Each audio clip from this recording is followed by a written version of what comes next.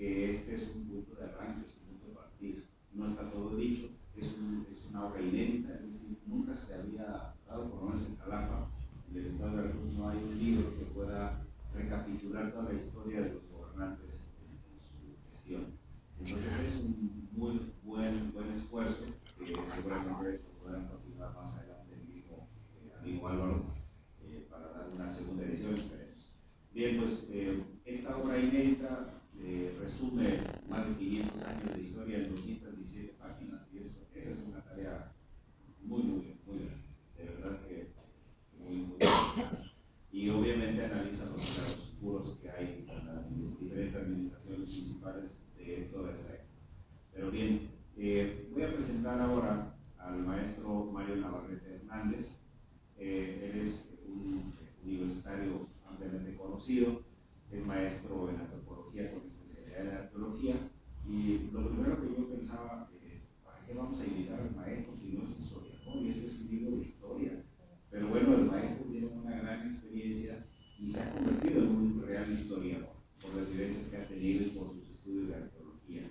Es arqueólogo restaurador, ha hecho diversas exploraciones arqueológicas y ha participado también en la función pública, es decir, sabe de lo que se trata también ejercer el poder, porque ha sido director del Museo de Antropología de la Universidad Veracruzana, director del Instituto de Antropología de la misma universidad, miembro del Consejo Nacional de Arqueología del INAH, en fin, es un académico de gran valía y seguramente la presentación que nos trae también será muy interesante.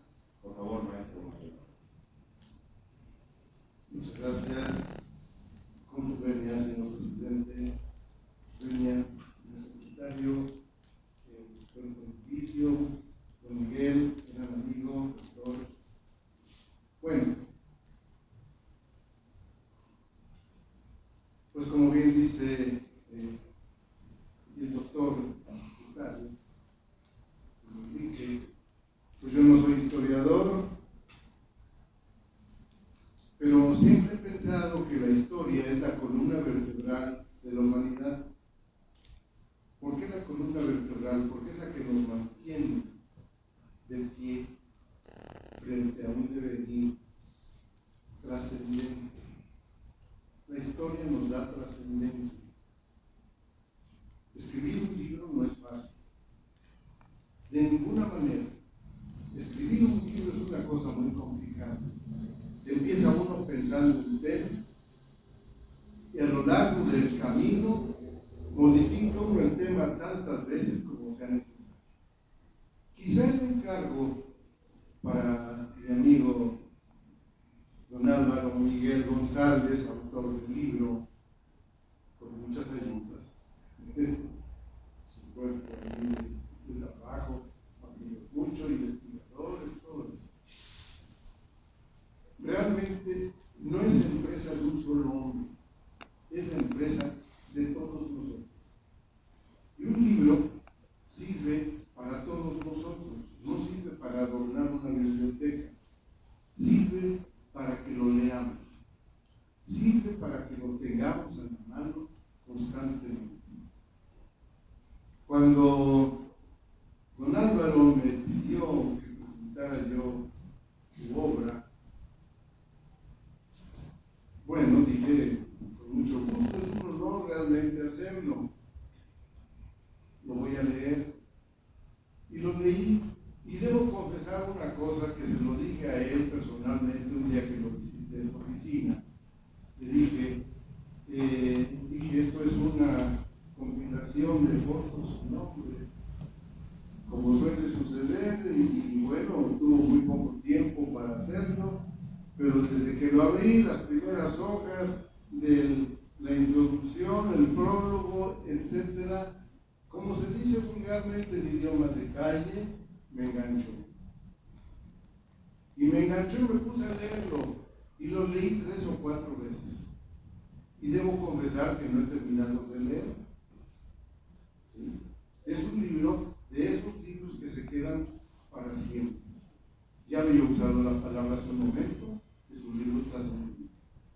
Y felicito pues al señor alcalde por haber dado la inspiración al señor secretario secretario, el doctor Enrique Córdoba, por haber cuidado la edición, por haber estado, puedo decir, empujando a que se hiciera el trabajo a todas esas cosas. ¿Y por qué me enganchó el libro? Bueno, porque encontré mucha gente conocida. Los arqueólogos, yo creo que por eso fue la que me pidió que lo hiciera. Los arqueólogos tenemos una capacidad que también tienen los historiadores. A veces los historiadores no tienen esa fortuna que tienen los arqueólogos. Como que viajamos en el tiempo y a veces a profundidades temporales muy grandes. Entonces, encontré muchos conocidos. Empecé a recorrer las listas de los alcaldes mayores, corregidores, tenientes, todas esas cosas. Lo empecé a recorrer y de repente me encontré varios conocidos en los años. Me enteré, por ejemplo, de que don Constantino Bravo de Lagunas tuvo dos periodos presidenciales, uno en 1580 y otro en 1580. En el primero quizá no tuvo mayor trascendencia, que era de dedicarse a los quehaceres normales de los alcaldes de aquellos tiempos. No voy a decir que aquí está una lista, voy a leerla ahí, no lo haré. Pero la segunda fue mucho más trascendente. Fíjense bien ustedes. Cuando queremos abordar la historia antigua de Jalapa, allá por 1580, el único documento a la mano que tenemos, gracias a don Francisco del Paso y Troncoso, que lo fue a traer allá al archivo de Sevilla, es la relación de Jalapa, firmada por Constantino Bravo de Lagunas. Ya lo conocía yo desde mis primeros acercamientos a la historia de Jalapa. Y podrían preguntar ustedes, ¿cómo fue que lo conociste? ¿Te saludaba? ¿Te hablaba? No, bueno, pues podría decir que sí me hablaba, porque contestó 52 preguntas que le hacía a todos los alcaldes mayores de Nueva España y de muchos lugares, hasta de Filipinas. Entonces, ya tenía yo un conocido.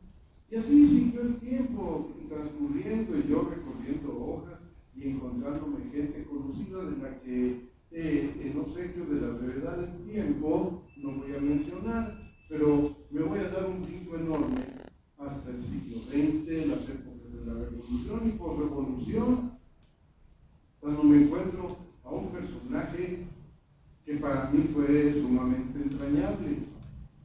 Aquí dice Pedro Rendón Domínguez.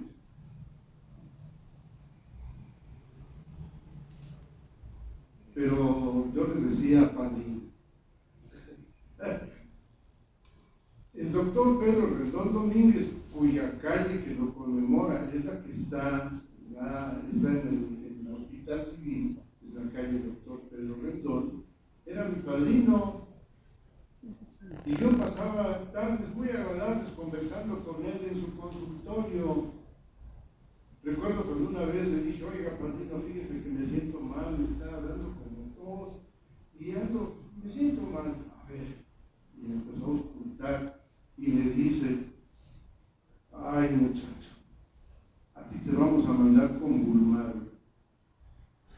Quizá para ustedes esa expresión no tiene sentido, pero el doctor Bulmaro Cortés era el director del hospital de tuberculosos allí en Jalapa.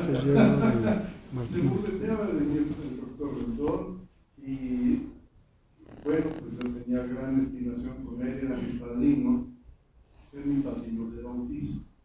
Y así, andando por los recovecos de este libro, ¿sí?, me encuentro con que también está mi papá,